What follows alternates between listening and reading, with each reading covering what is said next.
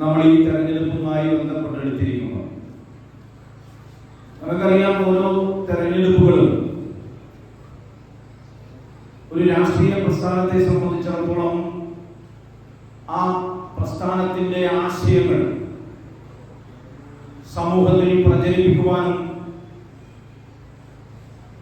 പാർട്ടിയെ കൂടുതലായി ഉൾപ്പെടുത്തിക്കൊണ്ട് അവരുടെ രാഷ്ട്രീയത്തെ വളർത്തുവാനും അവരുടെ ആശയത്തെ മുന്നോട്ട് കൊണ്ടുപോകാനും അവർ എല്ലാ കാലവും പരിശ്രമിച്ചിട്ടുണ്ട്. അതുകൊണ്ട് തന്നെ സംഘപരിവാറിനെ സംബന്ധിച്ചിടത്തോളം അധികാരം കയ്യിൽ കിട്ടുമ്പോൾ അവർ അവരുടെ ശത്രുക്കളായി കാണുന്ന ജനവിഭാഗങ്ങളുടെ താല്പര്യങ്ങളെയും അവരുടെ അവകാശങ്ങളെയും എല്ലാം റദ്ദ് ചെയ്തുകൊണ്ട് അവരെ സമൂഹത്തിൽ അവരുടെ അവകാശങ്ങളെയെല്ലാം നിഷേധിച്ചുകൊണ്ട് മുന്നോട്ട് പോകുന്ന ഒരു സമാനതകളില്ലാത്ത ഒരു രാഷ്ട്രീയ സാഹചര്യമാണ് ദേശീയ തലത്തിലും മറ്റ് നമ്മുടെ സംസ്ഥാനത്തും ഒട്ടാകെയുള്ളത്. പ്രാദേശിക തലത്തിൽ പോലും അധികാരം കിട്ടിയാൽ ആ അധികാരം എങ്ങനെ ഉപയോഗിക്കണം, മറ്റുള്ളവർക്ക് മേൽ ആ അധികാരം എങ്ങനെ പ്രയോഗിക്കണമെന്ന് നമ്മുടെ തിരുവനന്തപുരത്തെ കോർപ്പറേഷൻ മേയറായിട്ടുള്ള ബിജെപിയുടെ മേയർ ഇപ്പോൾ കാണിച്ചുകൊണ്ടിരിക്കുകയാണ്.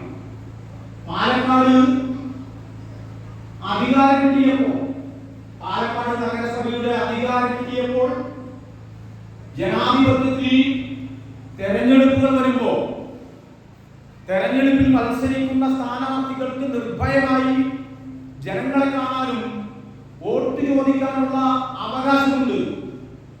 ആ അവകാശത്തെ പോലും ബിജെപിയുടെ കൗൺസിലർമാരുടെ നേതൃത്വത്തിൽ പാലക്കാട് യുഡിഎഫിന്റെ സാരഥിയായി മത്സരിക്കുന്ന രമേശ് പിഷാരടിയെ അടക്കം തടയുന്നത് പ്രാദേശിക ഗവൺമെന്റിൽ പോലും നമുക്ക് കാണാൻ കഴിയും. നമുക്കറിയാം, വടക്കേന്ത്യൻ സംസ്ഥാനങ്ങളിൽ ബിജെപി ഭരിക്കുന്നിടങ്ങളിൽ അവിടെയുള്ള പിന്നോക്ക മതന്യൂനപക്ഷങ്ങളുടെ, ദലിതുകളുടെ, ആദിവാസികളുടെ അവകാശങ്ങളെ വല്ലാതെ ഹനിക്കുന്നതായി നമുക്ക് കാണാൻ കഴിയും. തെരുവിൽ സംഘപരിവാർ കൈകാര്യം ചെയ്യുന്നത് നമുക്ക് കാണാൻ കഴിയും. ഞാൻ സൂചിപ്പിക്കുന്നത് സംഘപരിവാറിന്റെ രാഷ്ട്രീയ പ്രയോഗങ്ങൾ നമ്മുടെ രാജ്യത്ത് വലിയ തോതിൽ വർദ്ധിച്ചുകൊണ്ടിരിക്കുന്ന ഒരു സാഹചര്യം നമ്മുടെ മുമ്പിലുണ്ട്. വിജയിക്കാൻ സാധ്യതയുണ്ട് എന്നുള്ള തിരിച്ചറിവിൽ നിന്നുകൊണ്ട് നമ്മൾ ഈ തെരഞ്ഞെടുപ്പിൽ മത്സരിക്കാത്ത ഒരു സമീപനം എടുക്കുന്നത് എന്നാണ് ഞാൻ പറഞ്ഞു വരുന്നത്. അതുകൊണ്ട് നമ്മുടെ പാർട്ടിയെ സംബന്ധിച്ചിടത്തോളം, നമ്മുടെ പാർട്ടിയുടെ അണികൾക്ക്, പ്രവർത്തകർക്ക്, നേതൃത്വങ്ങൾക്ക് ഒരുപക്ഷെ ഈ തെരഞ്ഞെടുപ്പ് കാലത്ത് വലിയ നിരാശ തോന്നിയിട്ടുണ്ടാകാം. നമ്മൾ ഒരു രാഷ്ട്രീയ പ്രസ്ഥാനമല്ലേ, നമ്മൾ മത്സരിക്കേണ്ടതല്ലേ, തെരഞ്ഞെടുപ്പ് കാലത്തല്ലേ നമുക്ക് വിസിബിലിറ്റി കിട്ടുക എന്നെല്ലാം സ്വാഭാവികമായി നമ്മുടെ മുമ്പിൽ ചോദ്യങ്ങളായി വരും. പക്ഷേ നമ്മൾ ഒന്ന് ആലോചിക്കുക, നമ്മളെ സംബന്ധിച്ചിടത്തോളം നമ്മുടെ രാഷ്ട്രീയ പാർട്ടിയുടെ പ്രഖ്യാപിതമായ ലക്ഷ്യമാണ് ഈ രാജ്യത്തെ സംഘപരിവാറിന്റെ വളർച്ചയെ തടയുക എന്നുള്ളത്. അത്തരം ഫാസിസ്റ്റ് ശക്തികൾക്ക് വളർന്നു വരുന്ന ഒരു രാഷ്ട്രീയ സാഹചര്യവും നമ്മുടെ സംസ്ഥാനത്ത് ഉണ്ടാകരുത് എന്നുള്ള കൃത്യമായ ഒരു തീരുമാനമുണ്ട്. ആ തീരുമാനം മുന്നിൽ വെച്ചുകൊണ്ട് നമ്മളുടെ രാഷ്ട്രീയ താല്പര്യങ്ങൾക്കപ്പുറത്ത് ഈ രാജ്യത്തെ സാമൂഹ്യ വിഭാഗങ്ങളുടെ, വ്യത്യസ്ത സാമൂഹ്യ വിഭാഗങ്ങളുടെ താല്പര്യങ്ങൾ സംരക്ഷിക്കണമെങ്കിൽ സംഘപരിവാറിന്റെ വളർച്ചയെ നമ്മുടെ സംസ്ഥാനത്ത് തടയേണ്ടതിന്റെ ഉത്തരവാദിത്വം നമുക്കുണ്ട് എന്നാണ് എനിക്ക് ഈ സന്ദർഭത്തിൽ പ്രിയപ്പെട്ടവരോട് സൂചിപ്പിക്കാനുള്ളത്. നമുക്കറിയാം, രാജ്യത്ത് വിവിധ സംസ്ഥാനങ്ങളിൽ സംഘപരിവാർ ഇന്ന് വലിയൊരു രാഷ്ട്രീയ രൂപമായി മാറിയിരിക്കുകയാണ്. പ്രിയപ്പെട്ടവരെ, ആ സംഘപരിവാറിനെ സംബന്ധിച്ചിടത്തോളം കേരളം എന്ന് പറയുന്നത് അവർ അധികാരത്തിലേക്ക് വരാനായിട്ടുള്ള അവരുടെ പ്രധാനപ്പെട്ട ഒരു ലക്ഷ്യമാണ്. ആ ലക്ഷ്യം സാധിച്ചെടുക്കുന്നതിന് വേണ്ടിയിട്ടുള്ള ഗൂഢമായ പദ്ധതികൾ അവർ നടപ്പിലാക്കുന്നുണ്ട്. സംഘപരിവാറിനെ സംബന്ധിച്ചിടത്തോളം തെരഞ്ഞെടുപ്പുകളിൽ അവർ വളരെ കൃത്യമായ ചില തന്ത്രങ്ങൾ പ്രയോഗിക്കാറുണ്ട്. നമുക്കറിയാം, സംഘപരിവാർ നമ്മുടെ രാജ്യത്തിന്റെ അധികാരത്തിന്റെ ഭാഗമായി മാറിയത് എങ്ങനെയാണെന്ന് നമുക്കറിയാം. വിവിധ സംസ്ഥാനങ്ങളിലുള്ള ആ സംസ്ഥാനത്തെ പ്രാദേശികമായ രാഷ്ട്രീയ പ്രസ്ഥാനങ്ങളോട് ഐക്യം പ്രഖ്യാപിക്കുകയും അവരോടൊപ്പം മുന്നണി സംവിധാനത്തിലേക്ക് വരികയും പതിയെ പതിയെ അധികാരത്തിന്റെ ഭാഗമാവുകയും അവർ ആരെയാണോ സഖ്യത്തിലേക്ക് കൊണ്ടുവന്നത് അല്ലെങ്കിൽ ആരുമായിട്ടാണോ സഖ്യം ചേർന്നത് ആ രാഷ്ട്രീയ പ്രസ്ഥാനങ്ങളെയെല്ലാം ആ സംസ്ഥാനങ്ങളിൽ അപ്രസക്തമാക്കിക്കൊണ്ട് സംഘപരിവാർ ശക്തികൾ ഇഡിയുടെയും സിബിഐയുടെയും മറ്റന്വേഷണ ഏജൻസികളെയും ഒക്കെ ഉപയോഗപ്പെടുത്തിക്കൊണ്ട് അവിടുത്തെ രാഷ്ട്രീയ പ്രസ്ഥാനത്തിലെ പല പ്രധാനപ്പെട്ട നേതാക്കന്മാരെയും ഒക്കെ സ്വാധീനിച്ചുകൊണ്ട് ഇല്ലാതാക്കിക്കൊണ്ട് അധികാരത്തിലേക്ക് വരുന്നതായി നമുക്ക് കാണാൻ കഴിയും. പ്രിയപ്പെട്ടവരെ, നമ്മുടെ കേരളത്തെ സംബന്ധിച്ചിടത്തോളം കേരളം അവർക്ക് അധികാരത്തിലേക്ക് വരാൻ വലിയ തടസ്സം നിൽക്കുന്ന ഒരു സംസ്ഥാനമാണ്. അതിന്റെ പ്രധാനപ്പെട്ട കാരണം കേരളത്തിന്റെ സാമൂഹ്യ ഘടനയാണ്.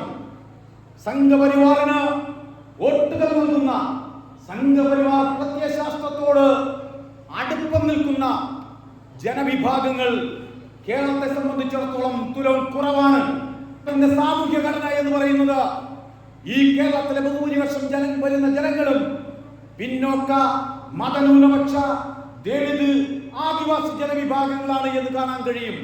കേരളത്തിലെ ഏതാണ്ട് 80% വരുന്ന മുസ്ലിം, ക്രിസ്ത്യൻ, പിന്നോക്ക, മതന്യൂനപക്ഷ, ദളിത്, ആദിവാസി ജനവിഭാഗങ്ങൾ കേരളത്തിന്റെ സാമൂഹ്യ ഘടനയിൽ വലിയൊരു ശക്തിയായി നിലനിൽക്കുന്നത് കൊണ്ട് തന്നെ സംഘപരിവാറിന്റെ വംശീയ പ്രത്യയശാസ്ത്രത്തിന് കേരളത്തിന്റെ അധികാര ഘടനയിലേക്ക് വരാൻ കഴിയാത്തൊരു സാഹചര്യം കേരളത്തിലുണ്ട്. സംഘപരിവാറിനെ സംബന്ധിച്ചിടത്തോളം കേരളത്തിന്റെ അധികാരത്തിലേക്ക് വരുന്നതിന് ഒന്നാമത്തെ പ്രധാനപ്പെട്ട കാരണമായി നിൽക്കുന്നത് കേരളത്തിന്റെ സാമൂഹ്യ ഘടനയാണ്. ആ സാമൂഹ്യ ഘടനയെ പൊളിച്ചുകൊണ്ടല്ലാതെ കേരളത്തിലെ അധികാരത്തിലേക്ക് അവർക്ക് വരാൻ കഴിയില്ല. മറ്റൊന്ന്, കേരളത്തിന്റെ ചരിത്രം എന്ന് പറയുന്നത് വംശീയ പ്രത്യയശാസ്ത്രങ്ങളോട് സന്ധിയില്ലാത്ത നിലപാടെടുക്കുന്ന ഒരു ചരിത്രമാണ് കേരളത്തിനുള്ളത്. കേരളത്തിന്റെ പഴയകാല ചരിത്രത്തെ നമുക്കറിയാം. ഈ രാജ്യത്ത് സവർണ പ്രത്യയശാസ്ത്രങ്ങൾ ഈ രാജ്യത്തെ പിന്നോക്ക, മതന്യൂനപക്ഷ, ദളിത് വിഭാഗങ്ങളെ അടിച്ചമർത്തി ഭരിച്ചുകൊണ്ടിരുന്ന ഒരു കാലഘട്ടം ഉണ്ടായിരുന്നു. അവകാശങ്ങൾ നിഷേധിച്ച ഒരു കാലഘട്ടം ഉണ്ടായിരുന്നു. മനുഷ്യാവകാശങ്ങൾ നിഷേധിച്ച ഒരു കാലഘട്ടം ഉണ്ടായിരുന്നു. ആ കാലഘട്ടത്തിൽ നിന്ന് കേരളം മുന്നോട്ട് പോയി നവോത്ഥാനത്തിന്റെ ഉജ്ജ്വലമായ മുന്നേറ്റം നടത്തിയ ഒരു കേരളം. ഇത് കോട്ടയം ജില്ലയാണ്. ഈ കോട്ടയം ജില്ലയിൽ പൊയ്കയിൽ അപ്പച്ചനെ പോലെയുള്ള നവോത്ഥാന നായകന്മാർ സവർണ പ്രത്യയശാസ്ത്രത്തിനെതിരെ പോരാടിയ ചരിത്രമുള്ള ഒരു മണ്ണുകൂടിയാണ് കോട്ടയം ജില്ല. നമുക്കറിയാം, ശ്രീനാരായണ ഗുരുദേവൻ ജാതി വേണ്ട, മതം വേണ്ട, മനുഷ്യൻ എന്ന് പറഞ്ഞ സഹോദരയ്യപ്പൻ, ഒരു ജാതി, ഒരു മതം, ഒരു ദൈവം, മനുഷ്യൻ എന്ന് പറഞ്ഞ ശ്രീനാരായണ ഗുരുദേവൻ, വക്കം മൗലവി, മഹാത്മാ അയ്യങ്കാളി തുടങ്ങിയ നവോത്ഥാന നായകരുടെ വലിയ നവോത്ഥാന മുന്നേറ്റം നടന്ന കേരളത്തിൽ വംശീയ പ്രത്യയശാസ്ത്രത്തിന് സ്ഥാനമില്ല എന്ന് ഉറക്കെ പ്രഖ്യാപിക്കുന്ന ഒരു കേരളത്തിന് സംഘപരിവാറിനെ സംബന്ധിച്ചിടത്തോളം അധികാരത്തിലേക്ക് വരാൻ അവർക്ക് രണ്ടാമത്തെ തടസ്സമായി നിൽക്കുന്നത് കേരളത്തിലെ നവോത്ഥാന മുന്നേറ്റം. ആ നവോത്ഥാന മുന്നേറ്റത്തിലൂടെ പാകപ്പെട്ട ഒരു മണ്ണാണ് കേരളം എന്നുള്ളത് കൊണ്ട് തന്നെ സംഘപരിവാറിനെ സംബന്ധിച്ചിടത്തോളം കേരളത്തിന്റെ മണ്ണ് അത്തരം നവോത്ഥാന മൂല്യങ്ങളെ തകർത്തുകൊണ്ടല്ലാതെ അവർക്ക് അധികാരത്തിലേക്ക് വരാൻ കഴിയില്ല എന്നുള്ളത് അവർ തിരിച്ചറിയുന്നുണ്ട്. കേരളത്തിന്റെ അധികാര ഘടനയിൽ സംഘപരിവാറിനെ സംബന്ധിച്ചിടത്തോളം അധികാരത്തിലേക്ക് വരാൻ പ്രധാനപ്പെട്ട മറ്റൊരു തടസ്സമായി നിൽക്കുന്നത് കേരളത്തിലെ വ്യത്യസ്തങ്ങളായിട്ടുള്ള രാഷ്ട്രീയ മുന്നണികളാണ്. രണ്ട് പ്രബല മതേതര മുന്നണികൾ കേരളത്തിൽ മാറി മാറി ഭരിക്കുന്നു എന്നുള്ളത് നമ്മൾ കാണേണ്ടതുണ്ട്.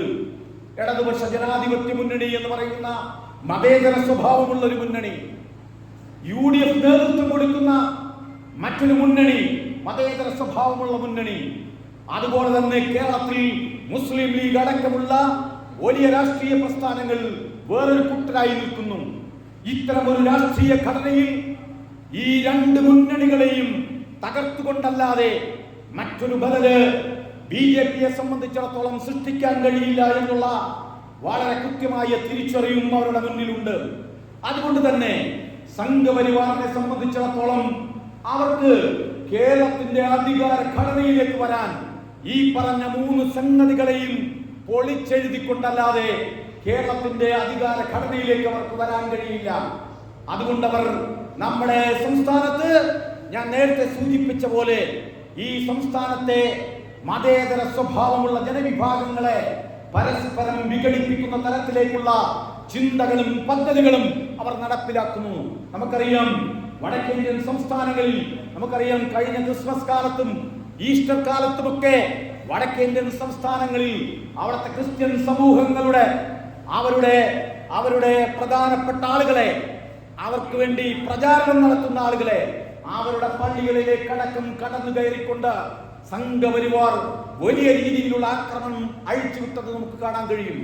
ഒരു വശത്ത് ഇവിടുത്തെ ക്രിസ്ത്യൻ സമൂഹത്തെ വല്ലാതെ ആക്രമിക്കുകയും അവരുടെ സ്വത്തുവകൾ അടക്കം കൊള്ളയടിക്കുകയും ചെയ്യുന്ന സമീപനം പുലർത്തുമ്പോൾ ഒരു വശത്ത് അങ്ങനെ ചെയ്യുകയും മറുവശത്ത് ക്രിസ്ത്യൻ മിഷണറിമാരെയും ബിഷപ്പുമാരെയും ഒക്കെ കണ്ടുകൊണ്ട് ക്രിസ്മസിന്റെ നാളിൽ, ഈസ്റ്ററിന്റെ നാളിൽ ഒക്കെ അവരുടെ ബിഷപ്പുമാരെയും ഒക്കെ കണ്ടുകൊണ്ട് മറ്റൊരു PR വർക്കും അവർ നടത്തിക്കൊണ്ടിരിക്കുന്നതായി നമുക്ക് കാണാൻ കഴിയും. ശത്രുപക്ഷത്ത് ഇവിടുത്തെ സംഘപരിവാറിന്റെ ആഭ്യന്തര ശത്രുക്കളിൽ 2ാം സ്ഥാനത്തുള്ള ക്രിസ്ത്യൻ ജനവിഭാഗത്തെ തെരഞ്ഞുപിടിച്ച് രാജ്യത്തിന്റെ തെരുവോരങ്ങളിൽ മർദ്ദിക്കുന്ന സംഘപരിവാറുകാർ, മണിപ്പൂരിലടക്കം അവിടുത്തെ ക്രിസ്ത്യൻ ജനവിഭാഗത്തെ കൂട്ടക്കൊല ചെയ്യാൻ നേതൃത്വം കൊടുക്കുന്ന സംഘപരിവാറുകാർ കേരളത്തിലേക്ക് വരുമ്പോ കേരളത്തിലെ ഇവിടുത്തെ ബിഷപ്പുമാരെയും ഒക്കെ സ്വാധീനിച്ചുകൊണ്ട് ഞങ്ങൾ ക്രിസ്ത്യൻ സമൂഹത്തിന് വേണ്ടി നിലകൊള്ളുന്നവരാണ് എന്ന് പറഞ്ഞുകൊണ്ട് അവരോട് വലിയ ചങ്ങാത്തത്തിലേക്ക് പോകുന്നു. മാത്രവുമല്ല, ഇവിടുത്തെ ക്രിസ്ത്യൻ ജനവിഭാഗങ്ങളുടെ ഇടയിൽ ഇവിടുത്തെ മതേതരത്വ സ്വഭാവത്തെ തകർക്കുന്ന സ്വഭാവത്തിൽ ഇവിടുത്തെ ക്രിസ്ത്യൻ ജനവിഭാഗങ്ങളുടെ അവരുടെ ആനുകൂല്യങ്ങളെല്ലാം തട്ടിയെടുക്കുന്നത് ഇവിടുത്തെ മുസ്ലിം ജനവിഭാഗങ്ങളാണ് എന്ന് പറയുന്ന തരത്തിൽ തെറ്റിദ്ധരിപ്പിക്കപ്പെടുന്ന പ്രസ്താവനകൾ നടത്തുകയും അതിന് ഇല്ലാത്ത നുണപ്രചരണങ്ങൾ നടത്തുകയും ചെയ്യുന്ന സമാനതകളില്ലാത്തൊരു അന്തരീക്ഷം കേരളത്തിൽ സൃഷ്ടിക്കുന്നു. കേരളത്തിൽ നമുക്കറിയാം, ക്രിസ്ത്യൻ ജനവിഭാഗം, മുസ്ലിം ജനവിഭാഗം ഗണ്യമായ ജനവിഭാഗങ്ങളാണ്. മറ്റൊരു സമുദായമാണ് ഈ കേരളത്തിലെ ഈഴവ സമുദായം. നമുക്കറിയാം, ഈഴവ സമുദായത്തെ തെറ്റിദ്ധരിപ്പിക്കുവാൻ വേണ്ടി മലപ്പുറം അടക്കമുള്ള ജില്ലകളിൽ ചെന്നുകൊണ്ട് പണ്ടേ BDS ഉണ്ടാക്കിക്കൊണ്ട് സംഘപരിവാറിനോട് വിധേയത്വം കാണിച്ച വെള്ളാപ്പള്ളി നടേശൻ നിരവധി സാമ്പത്തിക പരമായിട്ടുള്ള കുറ്റങ്ങൾക്ക് ഒരുപക്ഷെ കേന്ദ്ര ഏജൻസിയുടെ കണ്ണിൽ ഉടക്കിയിട്ടുള്ള വെള്ളാപ്പള്ളി നടേശനെ കൃത്യമായി ഉപയോഗിച്ചുകൊണ്ട് മലപ്പുറത്തിന്റെ മണ്ണിൽ നിന്നുകൊണ്ട് വർഗീയപരമായിട്ടുള്ള പരാമർശങ്ങൾ നടത്തുകയും ആ വെള്ളാപ്പള്ളി നടേശനെ അടക്കം കേരളത്തിൽ കൊണ്ടു നടന്നുകൊണ്ട് കേരളത്തിൽ പിന്നോക്ക ജനവിഭാഗങ്ങളും മുസ്ലിങ്ങളും തമ്മിൽ വൈരുദ്ധ്യം സൃഷ്ടിക്കാൻ നടത്തുന്ന വലിയ ആസൂത്രിതമായ നീക്കങ്ങൾ നടക്കുന്നു. ഞാൻ പറഞ്ഞു വരുന്നത്, ഇവിടുത്തെ മതസാഹോദര്യം തകർക്കുവാൻ അവർ പ്രധാനപ്പെട്ട അജണ്ടകളുമായി വരുന്നു. സൂചിപ്പിച്ചു, ഇവിടെ 2 മതേതര മുന്നണികളുണ്ട്. ആ മുന്നണികൾ നിലനിൽക്കുമ്പോ സംഘപരിവാറിനെ സംബന്ധിച്ചിടത്തോളം അധികാരത്തിന്റെ ഭാഗമായി വരാൻ അവർക്ക് തടസ്സങ്ങളുണ്ട്. ആ തടസ്സങ്ങളുണ്ട് എന്ന് അവർ മനസ്സിലാക്കിക്കൊണ്ട് കേരളത്തിൽ പതിയെ അവർ ചില മുദ്രാവാക്യങ്ങളുമായി മുന്നോട്ട് വരുന്നു. ഈ രാജ്യത്തെ വ്യത്യസ്ത സമൂഹങ്ങളെ ആകർഷിച്ച പല തെരഞ്ഞെടുപ്പുകളിലും വോട്ട് ഷെയർ അവർ വർദ്ധിപ്പിക്കുന്നു.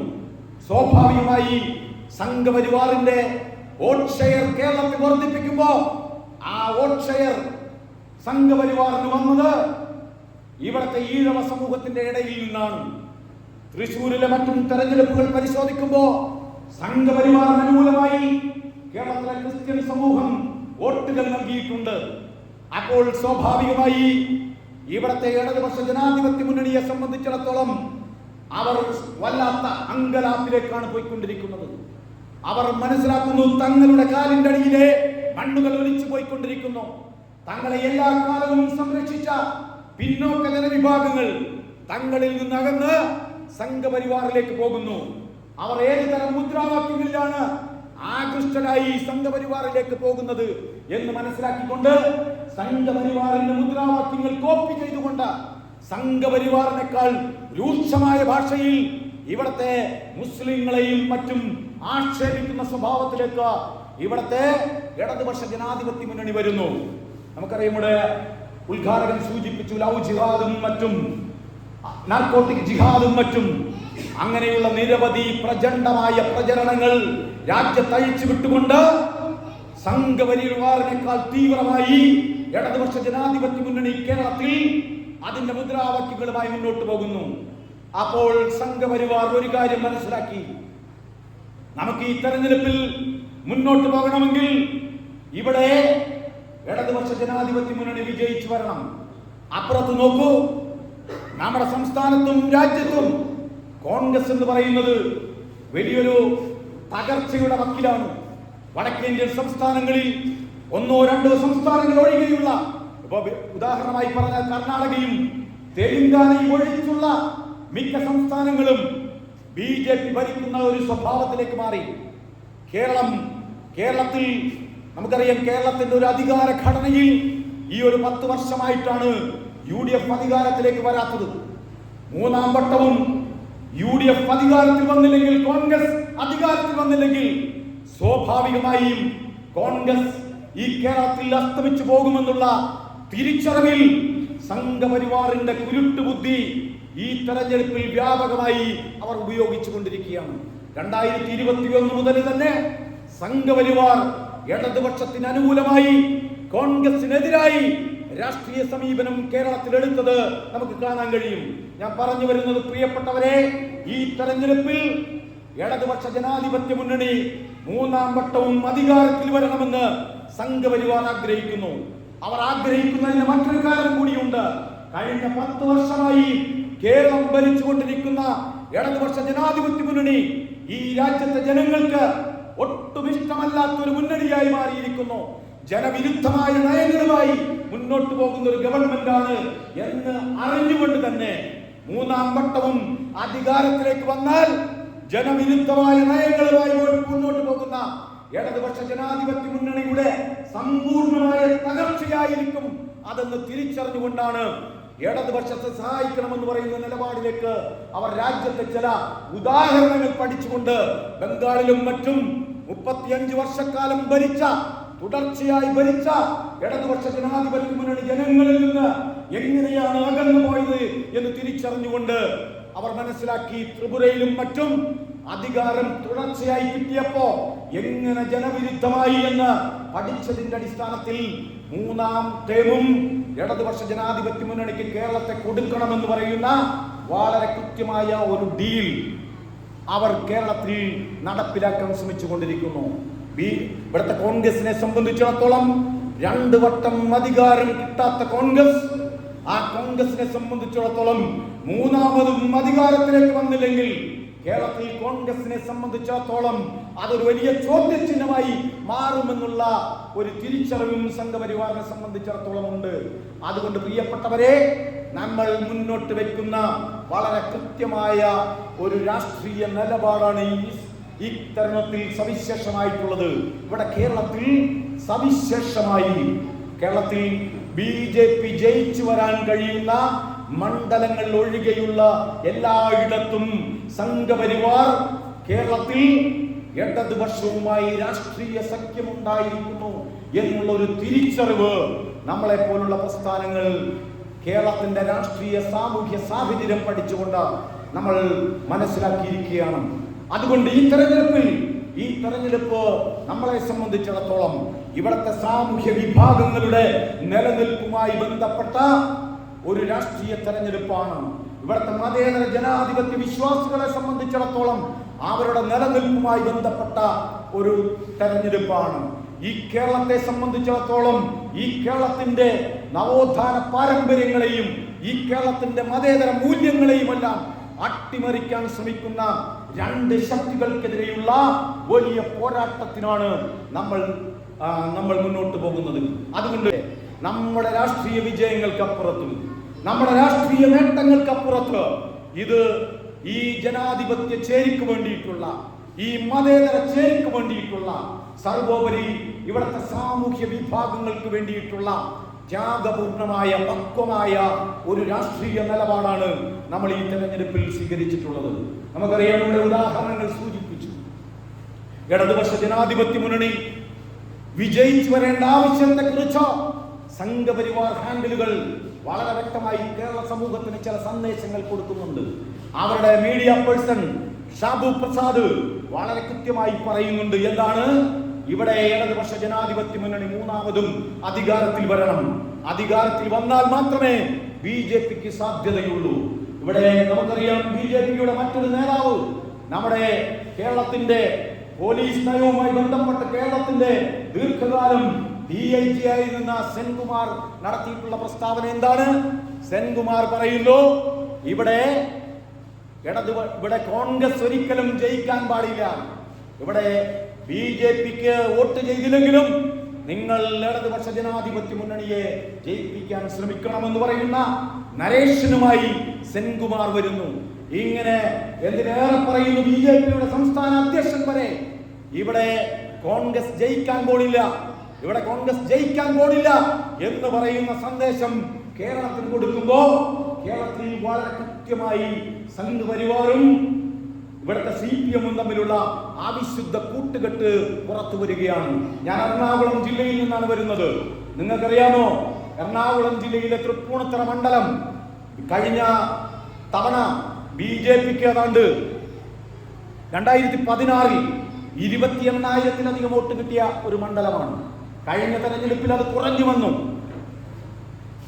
28,000-ലധികം വോട്ട് ഷെയർ ഉള്ള BJPയെ സംബന്ധിച്ചിടത്തോളം അവിടെ BJP മത്സരിക്കുന്നതിന് പകരം RSSും CPM-ഉം തമ്മിലുള്ള ഡീലുകൾ വിജയിക്കണമെന്നുള്ള ആവശ്യം മുൻനിർത്തിക്കൊണ്ട്, നമുക്കറിയാമോ, എറണാകുളം ജില്ലയിലെ കിഴക്കൻ പ്രദേശത്ത് മാത്രം ഉള്ള വേരോട്ടമുള്ള ഒരു സംഘടന 2020 എന്ന് പറയുന്ന സംഘടനയുടെ സ്ഥാനാർത്ഥിയെ തൃപ്പൂണിത്തുറയിലെ സ്ഥാനാർത്ഥിയായി നിശ്ചയിച്ചിരിക്കുന്നു. എന്ന് പറഞ്ഞാൽ അവിടെ സംഘപരിവാറും CPM-ഉം തമ്മിൽ വ്യക്തമായ ഡീലിൽ ഉറപ്പിച്ചിരിക്കുന്നു. കേരളത്തിലെ വ്യത്യസ്തങ്ങളായിട്ടുള്ള മണ്ഡലങ്ങളിൽ നടന്നുകൊണ്ടിരിക്കുന്നത് എന്താണെന്ന് നമ്മൾ രാഷ്ട്രീയം പഠിക്കുന്ന ആളുകൾ എന്ന നിലയിൽ നമുക്ക് കാണാൻ കഴിയും. വളരെ കൃത്യമായ ഡീലുകൾ കേരളത്തിലെ ഏതാണ്ട് 10-12 നിയമസഭാ മണ്ഡലങ്ങൾ ഒഴികെയുള്ള മണ്ഡലങ്ങളിൽ BJPയും CPM-ഉം തമ്മിലുള്ള അവിശുദ്ധമായ കൂട്ടുകെട്ട് വന്നുകൊണ്ടിരിക്കുകയാണ്. ഇത്തരം ഒരു സന്ദർഭത്തിൽ നമ്മളെ സംബന്ധിച്ചിടത്തോളം നമുക്ക് വേണമെങ്കിൽ വലിയ വർത്തമാനം പറയാം. നമ്മൾ സംഘപരിവാർ പോരാട്ടത്തിന് മാത്രം നിശ്ചയിക്കപ്പെട്ട ഒരു സംഘടനയാണ്. അതുകൊണ്ട് നമുക്ക് വേണമെങ്കിൽ ഒരു പോരാട്ടം നയിക്കാം. നമുക്ക് ആദ്യം ഇവിടെ സംഘപരിവാറിനെ തോൽപ്പിക്കുവാനുള്ള ബാധ്യതയൊന്നും നമുക്കില്ല എന്ന് വേണമെങ്കിൽ നമുക്ക് പ്രസ്താവന നടത്തിക്കൊണ്ട് നമുക്ക് വേണമെങ്കിൽ മത്സരിക്കാം.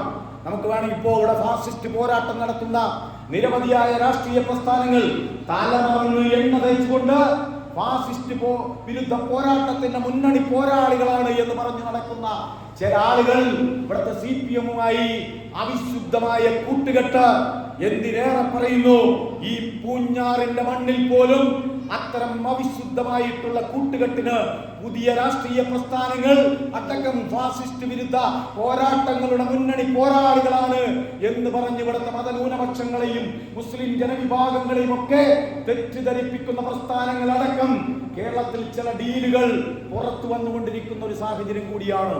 മഞ്ചേശ്വരത്ത് അത്തരം ഒരു ഡീലിലേക്ക് പോയപ്പോ കേരളത്തിലെ ജനാധിപത്യ സമൂഹം ഒറ്റക്കെട്ടായി ഇത് കൃത്യമായ ചില ഡീലുകളാണെന്ന് പുറത്തു പറഞ്ഞപ്പോ അവിടെ പ്രഖ്യാപിക്കപ്പെട്ട സ്ഥാനാർത്ഥിയടക്കം പിൻവലിക്കപ്പെടേണ്ട സാഹചര്യം ഉണ്ടായി.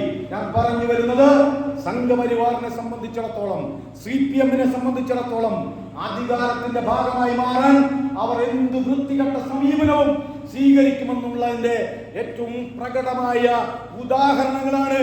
ഒരു വശത്ത് സംഘപരിവാറിനോട് കൂട്ടുകൂടുക, മറുവശത്ത് ഞാൻ നേരത്തെ സൂചിപ്പിച്ച പോലെ ഫാസിസ്റ്റ് വിരുദ്ധ പോരാട്ടങ്ങൾ നയിച്ചുകൊണ്ടിരിക്കുന്നവരാണ് എന്ന് പറയുകയും ഈ രാജ്യത്ത് വലിയ പീഡനങ്ങൾ ഏൽക്കേണ്ടി വരികയും ചെയ്ത ജനസമൂഹത്തിന്റെ വിശ്വാസ്യത പിടിച്ചുപറ്റുവാനും അവരോട് ഡീലുകൾ ഉണ്ടാക്കാനും അധികാരത്തിന് വേണ്ടി ഇടതുപക്ഷം തയ്യാറാകുന്നു എന്ന് പറയുന്ന ഒരു രാഷ്ട്രീയ സാഹചര്യം കൂടി കേരളത്തിലുണ്ട്. അതുകൊണ്ട് നമ്മളെ സംബന്ധിച്ചിടത്തോളം നമുക്ക് RSSനെ തോൽപ്പിക്കേണ്ടത് നമ്മുടെ ബാധ്യതയല്ല എന്ന് പറഞ്ഞുകൊണ്ട് ഒഴിഞ്ഞ് ഈ തെരഞ്ഞെടുപ്പിൽ നമ്മുടെ നേട്ടങ്ങൾക്ക് വേണ്ടി മത്സരിക്കാൻ കഴിയുന്ന ഒരു രാഷ്ട്രീയ സാഹചര്യമില്ല. അത് നമ്മളെ സംബന്ധിച്ചിടത്തോളം ആത്മഹത്യാപരമായിരിക്കുമെന്നുള്ള തിരിച്ചറിവിൽ നിന്നുകൊണ്ടാണ് പ്രിയപ്പെട്ടവരെ നമ്മൾ ഈ തെരഞ്ഞെടുപ്പിൽ നമ്മൾ മത്സരിക്കണ്ട എന്ന ഒരു തീരുമാനമെടുത്തുകൊണ്ട് UDFന്റെ സാരഥികളെ വിജയിപ്പിക്കാൻ വേണ്ടിയിട്ടുള്ള ഈ കേരളത്തിന്റെ നിലനിൽപ്പിന് UDFന്റെ സാരഥികളെ വിജയിപ്പിക്കണമെന്ന് പറയുന്ന വളരെ ക്രിയാത്മകമായ ഒരു നിലപാടിലേക്ക് നമ്മൾ പോയിട്ടുള്ളത്. ഇവിടെ UDFന്റെ പ്രതിനിധികൾ വരെ ഇവിടെ ഉണ്ടാകും എന്നാണ് ഞാൻ വിചാരിക്കുന്നത്, അല്ലെ? നമുക്കറിയാം, പ്രാദേശിക തെരഞ്ഞെടുപ്പുമായി ബന്ധപ്പെട്ടും ഈ നിയമസഭാ തെരഞ്ഞെടുപ്പുമായി ബന്ധപ്പെട്ടുമൊക്കെ UDFുമായി ബന്ധപ്പെട്ട് നമ്മൾ ഒരുപാട് ചർച്ചകൾ നടത്തിയിട്ടുണ്ട്.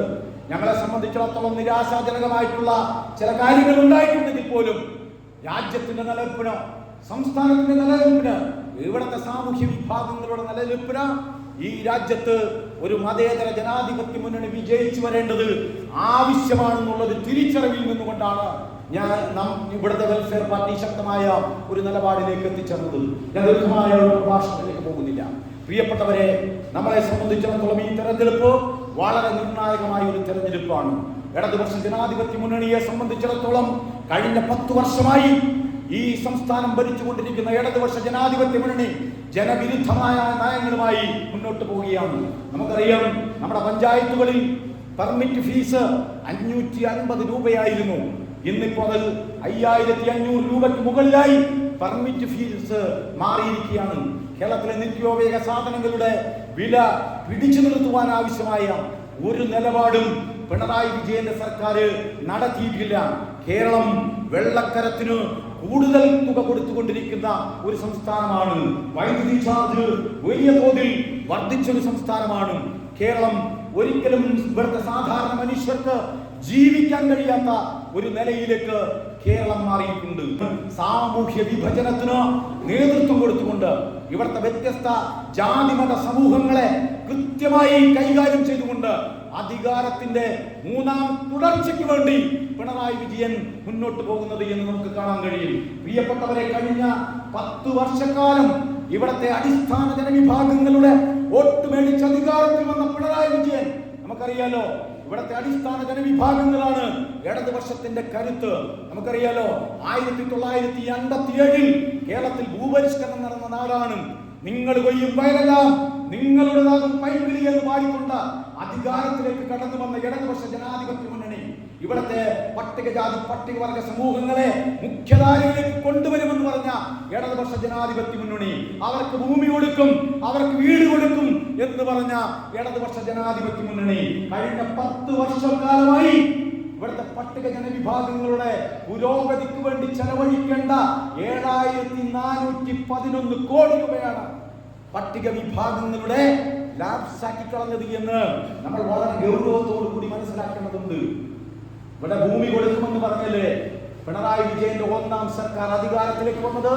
കേരളത്തിൽ നടന്ന വെൽഫെയർ പാർട്ടി അടക്കം നടത്തിയിട്ടുള്ള നിരവധിയായ ഭൂസമരങ്ങളിലൂടെ കേരളത്തിൽ ആ ഭൂസമരങ്ങൾ മുന്നോട്ട് പോകുന്നു എന്ന് മനസ്സിലാക്കിയപ്പോ അത് ഇവിടുത്തെ കോൺഗ്രസും മറ്റിതര രാഷ്ട്രീയ പ്രസ്ഥാനങ്ങളും സാമൂഹ്യ വിഭാഗങ്ങളും ഏറ്റെടുക്കുന്നു എന്ന് പറഞ്ഞപ്പോ 1ാം പിണറായി വിജയന്റെ സർക്കാർ അധികാരത്തിൽ വരുന്നതിന് മുമ്പ് അവരുടെ പ്രകടന പത്രികയിൽ അവർ എഴുതി വെച്ചില്ലേ, കേരളത്തിലെ ഭൂരഹിതർക്ക് ഭൂമി കൊടുക്കുമെന്ന്? എവിടെയാണ് ഭൂമി കൊടുത്തത്? ഭൂമി കൊടുത്തില്ല എന്ന് മാത്രമല്ല, ഫ്ലാറ്റ് പദ്ധതികൾ പ്രഖ്യാപിച്ച് ഈ രാജ്യത്തെ സാമൂഹ്യ വിഭാഗങ്ങളെ അവരെ മുന്നോട്ട് ചലിക്കാൻ കഴിയാത്ത തരത്തിലേക്ക് മാറിയിരിക്കുന്നു. പ്രിയപ്പെട്ടവരെ, ധിക്കാരം മാത്രമുള്ള ഒരു മുഖ്യമന്ത്രി, കേരളത്തിലെ പൊതുസമൂഹത്തോട് കൃത്യമായി സംസാരിക്കാൻ അറിയാൻ പാടില്ലാത്ത ഒരു മുഖ്യമന്ത്രി, കടക്കുപുറത്ത് എന്ന് ആക്രോശിക്കുന്ന ഒരു മുഖ്യമന്ത്രി, ചെറ്റത്തരമെന്ന് പറയുന്ന അങ്ങേറ്റം ലജ്ജാകരമായ പദപ്രയോഗങ്ങൾ നടത്തുന്ന ഇവിടുത്തെ കേരളത്തിന്റെ മുഖ്യമന്ത്രി. ആ മുഖ്യമന്ത്രി അറിയണം, കേരളത്തിന്റെ മുഖ്യമന്ത്രി അറിയണം. കേരളത്തിന്റെ മുഖ്യമന്ത്രി കേരളത്തിലെ സാധാരണ മനുഷ്യർ, മീഡിയ പേഴ്സൺ അടക്കം അവരടക്കം ആ പരാമർശത്തെ കുറിച്ച് കൃത്യമായി പറഞ്ഞു. ഇത് പ്രയോഗിക്കാൻ പാടില്ല, പിൻവലിക്കണമെന്ന്. ചെറ്റത്തരമെന്ന് പറയുന്ന വാക്ക് പിൻവലിക്കണമെന്ന് പറഞ്ഞപ്പോ ഇടതുപക്ഷ ജനാധിപത്യ മുന്നണിയുടെ പ്രധാനപ്പെട്ട നേതാവും കേരളത്തിന്റെ മുഖ്യമന്ത്രി എന്ന എന്താ പറഞ്ഞത്? അത് ഞാൻ സാധാരണയായി പ്രയോഗിക്കുന്ന ഒരു പ്രയോഗമാണ്. പ്രിയപ്പെട്ട ഇടതുപക്ഷ ജനാധിപത്യ മുന്നണിയുടെ നേതാക്കന്മാരെ, പ്രിയപ്പെട്ട കമ്മ്യൂണിസ്റ്റുകാരെ, നിങ്ങളൊന്ന് ആലോചിക്കണം. ഒരു കാലത്ത് നിങ്ങൾക്ക് കേരളത്തിൽ കമ്മ്യൂണിസ്റ്റുകൾക്ക് കേരളത്തിൽ പ്രവർത്തിക്കാനുള്ള സ്വാതന്ത്ര്യമില്ലായിരുന്നു. അങ്ങനെ സ്വാതന്ത്ര്യമില്ലാതിരുന്ന ഒരു കാലഘട്ടത്തിൽ കേരളത്തിലെ കമ്മ്യൂണിസ്റ്റ് പ്രസ്ഥാനത്തെ വളർത്തുന്നതിന് വേണ്ടി, നിങ്ങൾക്ക് ഒളിവ് ജീവിതം നയിക്കുന്നതിന് വേണ്ടി കേരളത്തിലെ സാധാരണ മനുഷ്യർ അന്തിയുറങ്ങിയിരുന്ന ചെറ്റപ്പുരകളായിരുന്നു നിങ്ങളുടെ അഭയകേന്ദ്രങ്ങളെന്ന ഇടതുപക്ഷ ജനാധിപത്യ മുന്നണിയുടെ പ്രവർത്തകർ തിരിച്ചറിയേണ്ടതുണ്ട്. അതുകൊണ്ട് ആ പ്രയോഗത്തെ പിണറായി വിജയൻ പിൻവലിക്കണമെന്നാണ് എനിക്ക് നിങ്ങളോട് പറയാനുള്ളത്. ഞാൻ പറഞ്ഞ അവസാനിപ്പിക്കുന്നു. ഇവിടെ കേരളത്തിന്റെ തെരുവുകളെ മലിനമാക്കിക്കൊണ്ട്, കേരളത്തിന്റെ തെരുവിൽ നിന്നുകൊണ്ട് എന്ത് വൃത്തികേടും പുലമ്പാമെന്ന് പറയുന്ന ഒരു സ്ഥാനാർത്ഥിയാണ് ബിജെപിയുടെ സാരഥിയായി ഈ പൂഞ്ഞാറിന്റെ മണ്ണിൽ മത്സരിക്കുന്നത്. ഒരു കാലത്ത് ബിജെപിയുടെ സ്ഥാനാർത്ഥിയായി മത്സരിക്കുന്ന PC ജോർജിനെ കേരളത്തിന്റെ നിയമസഭയിലേക്ക് പറഞ്ഞുവിട്ട ഒരു പാരമ്പര്യം പൂഞ്ഞാറുകാർക്കുണ്ട്. ആ പൂഞ്ഞാറുകാരെ, കൊടുങ്ങല്ലൂർ ഭരണിയെ തോൽപ്പിക്കുന്ന തരത്തിൽ പൂഞ്ഞാറുകാരുടെ മുഖത്ത് നോക്കി തെറിയഭിഷേകം നടത്തിയ PC ജോർജിനെ വീട്ടിലെത്തിയ ഒരു പാരമ്പര്യം കൂടി പൂഞ്ഞാറുകാർക്കുണ്ട് എന്ന് PC ജോർജ് മനസ്സിലാക്കണം എന്നാണ് ഞങ്ങൾക്ക് സൂചിപ്പിക്കാനുള്ളത്. അതുകൊണ്ട് കേരളത്തിൽ വലിയ വർത്തമാനം പറയുന്ന PC ജോർജ് കഴിഞ്ഞ ദിവസം പറഞ്ഞു, ഈ വരാൻ പോകുന്ന നിയമസഭയിൽ ഞങ്ങൾ അപ്പനും മകനും കേരളത്തിന്റെ നിയമസഭയിൽ ഉണ്ടാകുമെന്ന്. ഈ കൺവെൻഷനെ സാക്ഷി നിർത്തിക്കൊണ്ട് പറയാൻ ആഗ്രഹിക്കുന്നു, ഇവിടുത്തെ പ്രബുദ്ധമായ ജനത അപ്പനെയും മകനെയും വീണ്ടും വീട്ടിലിരുത്തുന്ന ഒരു രാഷ്ട്രീയ തീരുമാനം 9-ാം തീയതി എടുക്കും എന്നുള്ള കാര്യത്തിൽ യാതൊരുവിധ സംശയവും വേണ്ട. ഈ കേരളത്തിന്റെ അധികാര ഘടനയിൽ സംഘപരിവാറിന്റെ ആശയങ്ങളെ ഉൾക്കൊള്ളിക്കാൻ ശ്രമിക്കുന്ന PC ജോർജിനും കൂട്ടർക്കുമല്ല കേരളത്തിന്റെ നിയമസഭ തുറന്നിരിക്കുന്നത്. പകരം ജനാധിപത്യത്തിന്റെ വസന്തം ഇന്ത്യയിൽ സൃഷ്ടിക്കുന്ന രാഹുൽ ഗാന്ധിയുടെ കരങ്ങൾക്ക് ശക്തി പകരാൻ, രാജ്യത്തിന്റെ മതേതരത്വം സംരക്ഷിക്കാൻ, ഈ രാജ്യത്തെ ക്രിസ്ത്യാനിയെയും, ഈ രാജ്യത്തെ മതന്യൂനപക്ഷങ്ങളെയും, ഈ രാജ്യത്തെ ഹിന്ദുക്കളെയും, ഈ രാജ്യത്തെ ആദിവാസികളെയും പട്ടികജന വിഭാഗങ്ങളെയും ഒരേ ചരടിൽ കോർക്കുന്ന പുഷ്പങ്ങളെ പോലെ കാണുന്ന ഒരു മതേതര സമൂഹത്തിന് വേണ്ടി പ്രവർത്തിക്കുന്ന രാഹുൽ ഗാന്ധിയുടെ കരങ്ങൾക്ക് ശക്തി പകരാൻ വേണ്ടി പ്രവർത്തിക്കുന്ന UDFന്റെ സാരഥിയായി മത്സരിക്കുന്ന അഡ്വക്കേറ്റ് സെബാസ്റ്റ്യൻ എം.ജെയാണ് അധികാരത്തിന്റെ സോപാനത്തിലേക്ക് പറഞ്ഞു വിടേണ്ടത് എന്ന് പറയുന്ന വളരെ കൃത്യമായ ഒരു തീരുമാനമാണെന്ന് ഇന്ന് വെൽഫെയർ പാർട്ടി കൺവെൻഷനിലൂടെ എടുത്തിട്ടുള്ളത്. അതുകൊണ്ട് പ്രിയപ്പെട്ടവരെ, നമ്മുടെ ഈ രാഷ്ട്രീയ തീരുമാനത്തോടൊപ്പം ഇനി വരാൻ പോകുന്ന ഈ തെരഞ്ഞെടുപ്പുമായി ബന്ധപ്പെട്ട് ആ തെരഞ്ഞെടുപ്പ് വിജയിപ്പിക്കുന്ന, നമ്മുടെ UDFന്റെ സാരഥിയെ വിജയിപ്പിക്കുന്നതിന് വേണ്ടിയിട്ടുള്ള ഓരോ പ്രവർത്തനങ്ങളിലും നിങ്ങളുടെ നിറഞ്ഞ സഹകരണം ഉണ്ടാകണമെന്ന് മാത്രം പറഞ്ഞുകൊണ്ട് UDFന്റെ സാരഥിക്ക് വെൽഫെയർ പാർട്ടി സംസ്ഥാന കമ്മിറ്റിയുടെ എല്ലാവിധ അഭിവാദ്യങ്ങളും അനുമോദനങ്ങളും വിജയാശംസകളും നേർന്നുകൊണ്ട് ഞാൻ വാക്കുകൾ അവസാനിപ്പിക്കുന്നു. നന്ദി, നമസ്കാരം, അഭിവാദ്യങ്ങൾ.